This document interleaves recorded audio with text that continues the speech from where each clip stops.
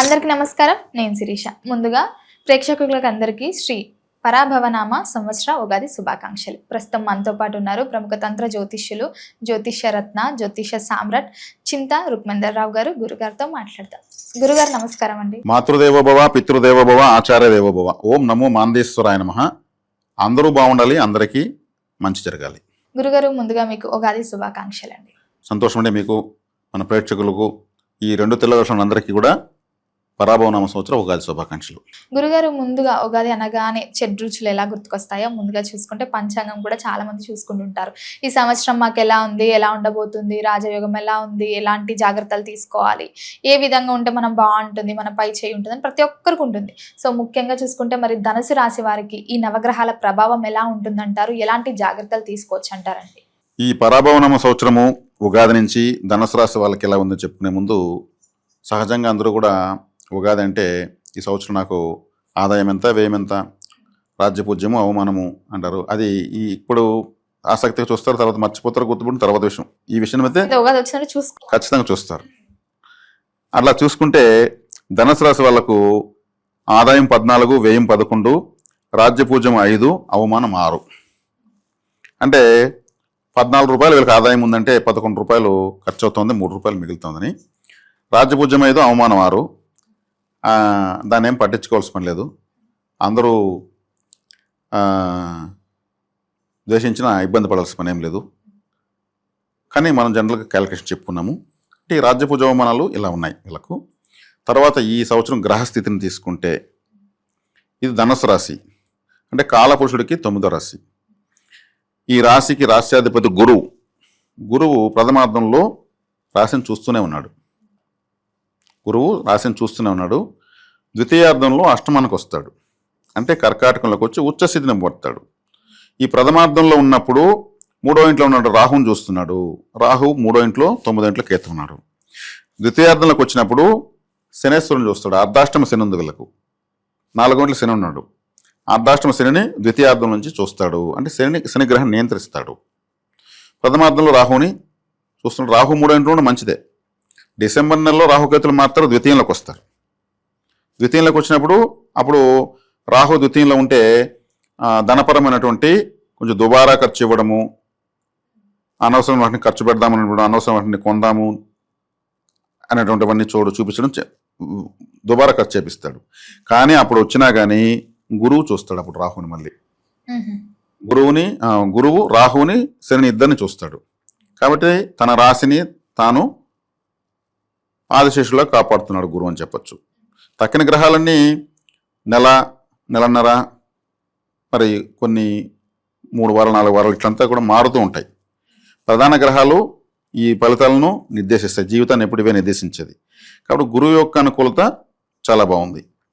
ఈ రాశి వల్ల అగ్నితత్వ రాశి, ధనుసు రాశి వల్ల అగ్నితత్వం, చాలా వేగంగా ఉంటారు, చాలా చురుకైన వాళ్ళు. కాబట్టి వీళ్ళకు ఇప్పుడు గురుబలం చాలా అండగా ఉంది.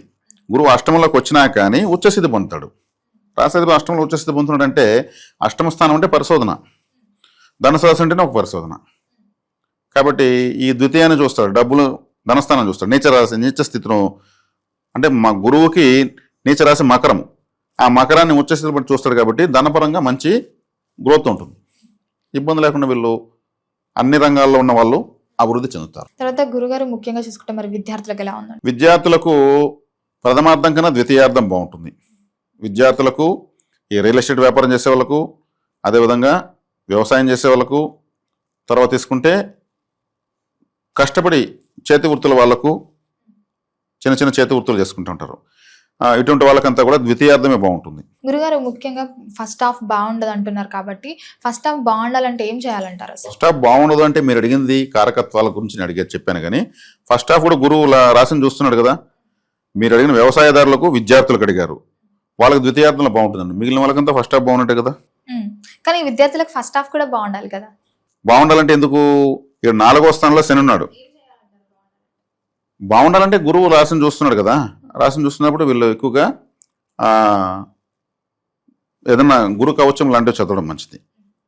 గురుపాదక స్తోత్రము, హయగ్రీవ స్తోత్రము, ఇట్లాంటివి గొప్పవి. గురు దక్షిణామూర్తి, దత్తాత్రేయ లాంటి ఆరాధనలు చేసుకుంటూ రావడం వల్ల 4వ ఇంట్లో శనేశ్వరుడు ఉన్నాడు కాబట్టి ఇక్కడ గురువు రాశిని చూస్తున్నా కానీ ఇటువంటి గురువు ఆరాధన చేయడం వల్ల అధిగమిస్తారు.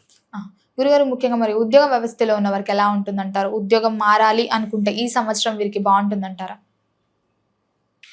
మారుతారండి. ఎందుకంటే ధనస్సు రాశి అనేది ద్విస్వభావ రాశి, ఎప్పుడు మార్పు చెందే రాశి అని అర్థం. ఇప్పుడు మనము ధనస్సు అగ్నితత్వ రాశి అని చెప్పాను. అగ్నిని వెలిగిద్దాము, వెలిగిస్తే ఎలా ఉంటుంది? అది ఒక స్థిరంగా ఉంటుందా? రకరకాలుగా మారుతూ ఉంటుంది. అగ్నితత్వ రాశులు 3 ఉన్నాయి: మేషము, సింహము, ధనస్సు. మేషము అంటే మనకు సింహము అంటే ఇంట్లో వెలిగించే దీపము, ధనస్సు అంటే హోమాలు వేసే హోమాల అగ్ని. మేషము అంటే అడవుల కార్చిచ్చులు వస్తాయి కదా, లేదా అకస్మాత్తుగా ఏదైనా కాలిపోతుంది కదా, అటువంటి అగ్ని. ఇప్పుడు వచ్చేది నిశ్చలంగా వెలిగేటువంటి అగ్ని సింహం. హోమాలు, పూజలు, యజ్ఞ యాగాలు చేసే అక్కడ వచ్చేటువంటి మంట ధనస్సు రాశి. అంటే స్థిరంగా అది ఒకే ఆకారంలో ఉంటుందా? ఉండదు. కాబట్టి ఇక్కడ వీళ్ళు కూడా స్థిరంగా ఉండరు, విశ్వభావంగా అది మండుతూ ఉంటుంది. దాన్ని గురువు చూస్తున్నాడు. కాబట్టి గురువు ఆరాధన చేయడం వల్ల గురువే లగ్నాన్ని రాశిని చూస్తున్నాడు కాబట్టి విద్యార్థులకు బాగుంటుంది. గురుగారు ముఖ్యంగా ఎవరికైతే వివాహం జరగలేదో గత సంవత్సరం నుంచి వివాహ ప్రయత్నాలు చేస్తూ ఉంటారు, మరి ఈ సంవత్సరం వీరికి వివాహ యోగం ఉందంటారా? ఉంది, ప్రథమార్థంలోనే ఉంది వివాహ యోగం, అదృష్టం. ఎందుకంటే సప్తమ స్థానంలో గురువు ఉన్నాడు. ఆ గురువు యొక్క అనుగ్రహము వీళ్ళకు బాగానే ఉంది. ప్రథమార్థంలో వీళ్ళు ప్రయత్నించుకోవచ్చు, అవుతుంది. ఇప్పుడు ఖచ్చితంగా ఉంది, దానికేమో సందేహించాల్సిన అవసరం లేదు. ఎవరికైతే వివాహం జరిగి సంతానం లేకుండా బాధపడే వారికి సంతాన యోగం ఉందంటారా? సంతాన యోగము అంటే ఇక్కడ సప్తమ స్థానంలో గురువు ఉన్నాడు, రాశ్యాధిపతి. రాశ్యాధిపతి అయిన గురువు యొక్క కారకత్వాలు సంతానము, ధనము, తర్వాత వచ్చేక్కడికి గురువు అంటే ఆలయము, ఏ టెంపుల్ అయినా గురువే. అదేవిధంగా గురువు అంటే బంగారము, ఇవన్నీ కూడా కలిసి వస్తాయి బాగానే. ఇప్పుడు ఏదైనా ఉంటే గోల్డ్ కూడా తీసి పెట్టుకోవచ్చు వీళ్ళు. లాంగ్ రన్లో బాగా సేవ్ అవుతుంది, మంచి బెనిఫిట్స్ కూడా ఉంటాయి. రాజకీయ రంగంలో ఉన్న వారికి, సినీ రంగంలో ఉన్న వారికి ఎలా ఉంటుందంటారు? సినీ రంగంలో వాళ్ళకు బాగానే ఉంటుంది. ఎందుకంటే 6వ స్థానాధిపతి శుక్రుడు, లాభస్థానాధిపతి శుక్రుడు. 6వ స్థానం అంటే సర్వీసు, సేవ. కాబట్టి సినిమా రంగం అంటే శుక్రుడు కాబట్టి 6వ ఇంటి వాడు శుక్రుడు ఈ రాశికి అనుకూలతను ఎక్కువ ఇస్తాడు. ఆయన కూడా ఒక గురువే. ఎవరు? శుక్రుడు. ఎందుకంటే శుక్రుడు మీన రాశిలో ఉచ్చస్థితి పొందుతాడు, అది గురువు రాశి. అంటే శత్రువు ఇంట్లో ఉచ్చస్థితి పొందుతాడు శుక్రుడు. కాబట్టి ఇక్కడ శత్రు స్థానాధిపతి కూడా శుక్రుడే. కాబట్టి కళారంగంలో వీరికి విశేషమైనటువంటి అభివృద్ధి అయితే ఈ సంవత్సరం ఉంది. సొంతింటి కళ సహజంగా అందరికి ఉండేది, మరి గృహయోగం, వాహన యోగం ఉందంటారు? గృహ వాహన యోగం కావాలంటే గృహ వాహన స్థానంలో శనేశ్వరుడు ఉన్నాడు. ఇప్పుడు ప్రథమార్థంలో వీళ్ళు సాధించుకోలేనివి గృహ వాహన యోగాలు. ద్వితీయార్థంలో గురువు వచ్చి శనిని చూస్తాడు కాబట్టి 9వ చూపుతో సాధ్యమవుతుంది. గురుగారు ఆర్థిక పరంగా, ఆరోగ్య పరంగా ఎలా ఉంటుందంటారు? ఆరోగ్యం బాగానే ఉంటుంది. గురువు యొక్క చూపు ద్వితీయార్థంలో కాస్త అనారోగ్యం చేసే హాస్పిటల్కి వెళ్ళేదానికి అవకాశం ఉంటుంది. అష్టమ స్థానానికి అంటే హాస్పిటల్ ప్లేస్కి వెళ్తున్నాడు గురువు. అష్టమ స్థానం అంటే హాస్పిటల్ కాబట్టి అక్కడికి వెళ్తున్నాడు కాబట్టి కాస్త వైద్య సేవలు వచ్చేదానికి అవకాశం ఎక్కువ ఉంటుంది. దూర ప్రయాణాలు చేయొచ్చు అంటారా మరి ఈ సంవత్సరంలో? దూర ప్రయాణాలు తెలియజేసేది 12వ స్థానం కుజుడు. మరి 12వ స్థానాన్ని ద్వితీయార్థంలో గురువు చూస్తాడు. మీరు అడుగుతున్న కారకత్వాలంతా గురువు టచ్ చేస్తున్నాడండి. 12వ స్థానాన్ని గురువు అప్పుడు చూస్తాడు. గురువు చూడండి, దూర ప్రయాణాలు అంటే ఈ రోజంతా ఖర్చుతో కూడుకుందే కదా, కాబట్టి ధనకారకుడే చూస్తాడు. ద్వితీయార్థంలో చాలా బాగుంటుంది. గురుగారు ముఖ్యంగా చూసుకుంటే మరి వీళ్ళకి నరదృష్టి, నరఘోష అని బాధపడుతుంటారు గత సంవత్సరం నుంచి, మరి ఈ సంవత్సరంలో వీరికి ఎలా ఉంటుందంటారు?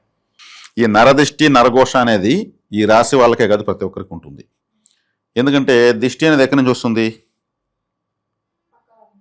పక్క వాళ్ళ నుంచి ఎట్టు వస్తుంది?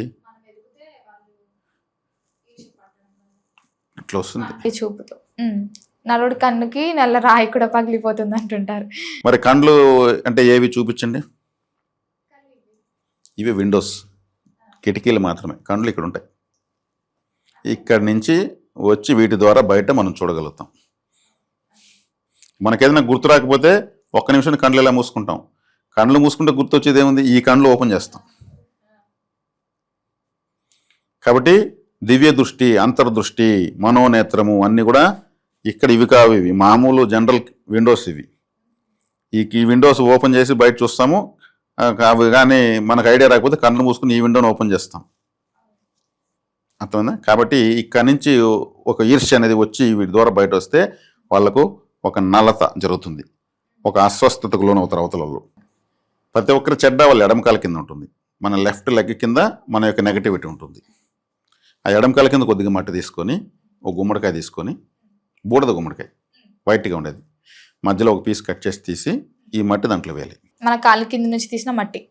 మనకి ఏదైనా సమస్యలు ఉంటే, కష్టాలు శత్రువులు అన్నీ ఉంటే అవన్నీ రాసి చిన్న చిన్న పేపర్లు ఉంటలు చుట్టేసి ఇట్లా చుట్టేసి ఆ గుమ్మడికాయలు వేసేయాలి. ఎన్ని కష్టాలు ఉంటే అన్ని కష్టాలు. ఇప్పుడు మన ఇల్లు ఉంటుంది, ఇల్లు ఊడుస్తాము, ఊడిసిన డస్ట్ వస్తుంది, ఆ డస్ట్ నెగిటివే కదా, అవును. ఆ నెగిటివ్ ఆ డస్ట్ కూడా తీసి గుమ్మడికాయలు వేసుకోవచ్చు. ఇంటి ముందు నిల్చుకొని మనము మన ఇంటితో కలిపి దిష్టి తీసుకొని ఆ గుమ్మడికాయ పైన కర్పూరం పెట్టి, వీలైతే కాటుతో చుక్కలు పెట్టాలి గుమ్మడికాయ మొత్తం. దిష్టి తీసుకొని పగలగొట్టి ఎక్కడ దూరంగా పారేయాలి. అమావాస్య రోజు, ఆదివారం రోజు మంచి మధ్యాహ్నం కానీ సాయంత్రం కానీ దిష్టి తీసుకోవడం మంచిది. ఇలా చేసి దిష్టి పోతూ ఉంటుంది, శాశ్వతంగా పోదు, అది వస్తూనే ఉంటుంది. పాజిటివ్గానే దిష్టి వస్తుంది, నెగిటివ్గానే వస్తుంది. అందరూ పెండ్లి కొడుకు పెండ్లి కూతురు చూస్తూ ఉంటారు, అమ్మాయి అబ్బాయి చాలా బాగున్నారు అంటూనే ఉంటారు. వాళ్ళకి ఇక్కడ చుక్క పెట్టినారు, దిష్టి చుక్క. ఆ చుక్క లేకపోతే వాళ్ళు కింద పడిపోతారు. అందరి కండ్లలో నుంచి ఎనర్జీ వాళ్ళ పైకే పడుతుంది. కాబట్టి దిష్టి అనేది లైఫ్ టైం వస్తూ ఉంటుంది, తీసుకుంటాం, అదొక థెరపీ. గురుగారు, ముఖ్యంగా చూసుకుంటే సొంత బిజినెస్ స్టార్ట్ చేద్దాం అనుకునే వారికి, ఈ ధనుసు రాశి వారికి ఈ సంవత్సరంలో స్టార్ట్ చేయొచ్చు అంటారా? చేస్తే ఏ బిజినెస్ చేస్తే వీళ్ళకి కెరియర్ బాగుంటుంది అంటారు? సొంత బిజినెస్ అని అన్నప్పుడు వీళ్ళు ఏం చేయాలంటే, దుస్వభావ రాశి కాబట్టి 10వ ఇంటి వాడు కూడా బుధుడవుతాడు కాబట్టి మేధావితనానికి, ఇంటెలిజెన్స్ అంటే ఎక్స్ప్లెయిన్ చేసేటువంటి టీచర్సు, లెక్చరర్సు, ప్రొఫెసర్సు అంత గురువులు, గురు పరంపర ఇది. 10వ ఇంటి వాడు బుధుడు, ఆయన కూడా ఒక టీచరే, ఆయన కూడా మ్యాథమెటిక్స్ అతను. 7వ ఇంటి వాడు బుధుడే కాబట్టి 4వ ఇంటి వాడు లగ్నాధిపతి గురువే. ఇద్దరు గురువులతో ఉంటుంది. బుధుడంటే మొత్తం ఫార్ములాసే, గురువు అంటే మొత్తం తెలిసినవాడు అర్థం. కాబట్టి వీళ్ళు ఎక్కువగా పెద్ద పెద్ద లాయర్సు, ప్రొఫెసర్సు, ఈ టీచర్సు అంటే ఉపన్యాసకులు, బోధకులు, ప్రసంగికులు అంటారు కదా, అటువంటి వాళ్ళంతా ధనుసులో ఉంటారు. అటువంటి ఫీల్డ్ ఎంచుకోవచ్చు. ఇంకా అట్లా కాదనుకుంటే జనరల్గా తీసుకుంటే 6వ ఇల్లు అంటే శుక్రుడు, ఆయన కూడా ఒక గురువే, ఆయన కూడా ఆచార్యుల వారు. ఇక్కడ కళారంగాల్లోకి ఎంటర్ కావచ్చు, కళారంగాలు. కాబట్టి ఇటువంటి రంగాల్లో వీళ్ళు ప్రతిభను సాధించుకోవడం చాలా ఇంపార్టెంట్. ఇలా సాధించుకొని వీళ్ళు ప్రయత్నించారంటే ఈ సంవత్సరం గురుబలం బాగానే ఉంది, సాధిస్తారు కూడా. గురుబలం బాగున్నప్పుడు విదేశ యోగం ఉందంటారా? విదేశీ యోగం ఉంటుందండి. వీళ్ళు ధనుసు రాశి అంటేనే దూర ప్రాంతాలని అర్థము. విదేశీయాన యోగాలు ఉన్నాయి, ద్వితీయార్థంలో కన్నా ప్రథమార్థంలో బాగున్నాయి, చేసుకోవచ్చు. గురుగారు, మొత్తం మీద చూసుకుంటే మరి ఈ సంవత్సరంలో వీరికి బాగా కలిసి వచ్చేది ఏంటంటారు? కలిసి వచ్చేది ఏంటి అంటే, వీళ్ళకు శని, అర్ధాష్టమ శని ఒకటి ఇబ్బంది పెడతా ఉంది. ద్వితీయార్థంలో అర్ధాష్టమ శని బలహీనమవుతుంది. అప్పటి వరకు వీళ్ళకు శనేశ్వరుడు వ్యతిరేకంగానే ఉన్నాడు. తర్వాత ద్వితీయార్థంలోకి వచ్చేకడికి శనేశ్వరుణ్ణి, రాహువుని ఇద్దరిని గురువు చూస్తున్నాడు. కాబట్టి ప్రథమార్థంలో కాస్త జాగ్రత్తగా ఉండాలి. కాలభైరవ ఆరాధన చేసుకోవడం మంచిది, లేదు వరాహస్వామిని ఆరాధించడం మంచిది. వరాహారాధన, కాలభైరవ ఆరాధన చేస్తే చాలా మంచిది. గురుగారు, మరి మొత్తం మీద చూసుకుంటే ఓవరాల్ గా ధనుసు రాశి వారి సంవత్సరంలో ఇంకా బాగుండాలంటే అందరికీ ఏ దైవాన్ని పూజించమంటారు, ఎలాంటి పరిహారాలు చేసుకోవచ్చు అంటారు? ధనుసు రాశి వాళ్ళు, వీళ్ళ రాశికి అధిపతి గురువు అని చెప్పాను. చాలా ధర్మరాశిది, ధర్మాన్ని కాపాడే రాశి. ఎందుకంటే నిలబడుతుంది, ఆ ధర్మం వైపు నిలబడుతుంది. శ్రీరాముడు కూడా ఈ ధనస్సును ఎత్తుకున్నాడు ధర్మాన్ని కాపాడడం కోసం. శ్రీకృష్ణుడు కూడా ఆ ధనస్సు ఎత్తుకున్న అర్జునుడికే కింద కూర్చొని గుర్రాలు పట్టుకున్నాడు. కాబట్టి ధర్మాన్ని కాపాడాల్సిన వాళ్ళంతా ధనుసు రాశి ప్రభావం ఎక్కువ ఉంటేనే ఇది అవుతారు. ఇప్పుడు నవగ్రహాల్లో బుధుడు అంటే డాక్యుమెంట్, ఆయన ఏ అక్షరమున ఆయన అనమాట. గురువు దగ్గర ఆయన వెళ్ళి చదువు నేర్చుకున్నాడు, అంతా అయింది. గురువు ఆయన అడిగాడు, ఏమని, జ్యోతిషం అంతా బాగా నేర్చుకున్నామంటే, నేర్చుకున్న గురువుగారు మీరేగా నేర్పించారని చెప్తాడు. సరే, అతను ఒక అప్పుడే పుట్టిన బిడ్డను చూపించి ఆ బిడ్డ జాతకం వేయమంటాడు బుధుడిని. అప్పుడు బుధుడు ఏం చేస్తాడు, చూసేసి ఈ అబ్బాయి పాము కరిస్తే చనిపోతాడు అని ఒక ఈ టైంకి ఇంత చనిపోతాడు అని పెడతాడు, జాతకం డిసైడ్ చేస్తాడు. అది ఎలాగా అంటే, రెండు కావాలి సరే చూద్దాం పద అంటాడు గురువు. ఇద్దరు వస్తారు. ఒక బిడ్డ ఉయ్యాలో పడుకుంటుంది, వాళ్ళ తల్లి అక్కడ నిద్రపోతూ ఉంటుంది, బిడ్డ నిద్రపోతూ ఉంటుంది. ఈ బుధుడు పెట్టిన టైంకంతా ఆ పాము వస్తుంది. ఒక పాము వచ్చి ఉయ్యాల్లో మెల్లగా ఎక్కుతుంది. ఎక్కి బుధుడు సంతోషపడుతూ ఉంటాడు, నేను చెప్పింది జరుగుతా ఉందనేసి. చూడు ఎంత జరిగిందంటే, సరే ఉండు కానీ అంటాడు. అది గొలుసులు ఉంటాయి లింకులుగా, ఆ లింకులో తోక ఇరుక్కునేస్తుంది పాముకి. అది దానికి నొప్పి ఎక్కుతుంటుంది, దాన్ని విడిపించుకుని అది బుసలు కొడతా ఉంటుంది. అదే ఆ లింకులు ఇరుక్కుని అది బుస కొడతా ఉంటే తల్లి చూసి అయ్యో బిడ్డకు పాము వచ్చేసింది అనేసి దాన్ని కొట్టి బిడ్డను కాపాడుకుని పోతుంది. బిడ్డ చనిపోతాడని పెట్టినావు కదా, మరి ఇక్కడ బిడ్డ బతికిందే అంటాడు గురువు. ఎవరి జాతకంలో గురువు అష్టమ స్థానాన్ని చూడకుండా ఉన్న సందర్భంలో వస్తుందో అప్పుడు వాళ్ళు చనిపోతారు అనేది జ్యోతిష్యం నేను పెట్టాను. నేను పెట్టే ముహూర్తం ప్రకారం గురువు ఈ సమయంలో ఈ బిడ్డ యొక్క అష్టమ స్థానం చూడడం లేదు అని బుధుడు చెప్తాడు. గురుగ్రహము అష్టమ స్థానాన్ని చూడడం లేదు, చూస్తే ఆయుష్ స్థానం బలపడుతుంది. అప్పుడు గురువు చెప్తాడు ఏమని, నిజమే గురువు చూడలేదంటున్నావు, స్వయంగా నేనే వచ్చి చూస్తున్నా, నేనే కదా గురువు, నేనే డైరెక్ట్ చూస్తున్నా, ఇప్పుడు వచ్చి ఫిజికల్గానే వచ్చా, ఇప్పుడు నా ముందర ఒక పాము పోయి ఆ బిడ్డకు ఎలా గరుస్తుంది అంటాడు గురువు. అది ధనుసు రాశి. కాబట్టి వీళ్ళు గురువును వదలకూడదు, వీళ్ళు ధర్మాన్ని వదలకూడదు అని అర్థం. వీళ్ళకు ధనుసు రాశి వాళ్ళు ధర్మరాశిలో పుట్టారు కాబట్టి వీళ్ళకు గురువు ధర్మమే.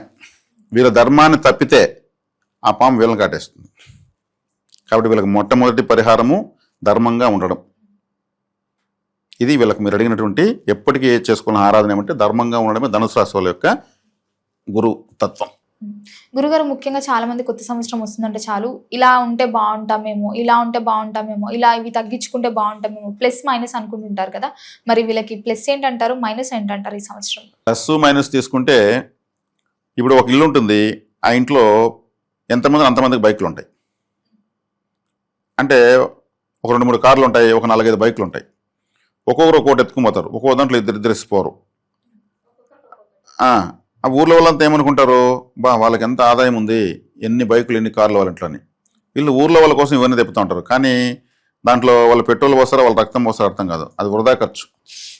ఇప్పుడు 4వ ఇంట్లో శని ఉన్నాడు, వీళ్ళకు వాహన స్థానం అనే దాంట్లో గృహస్థానము వాహన స్థానము.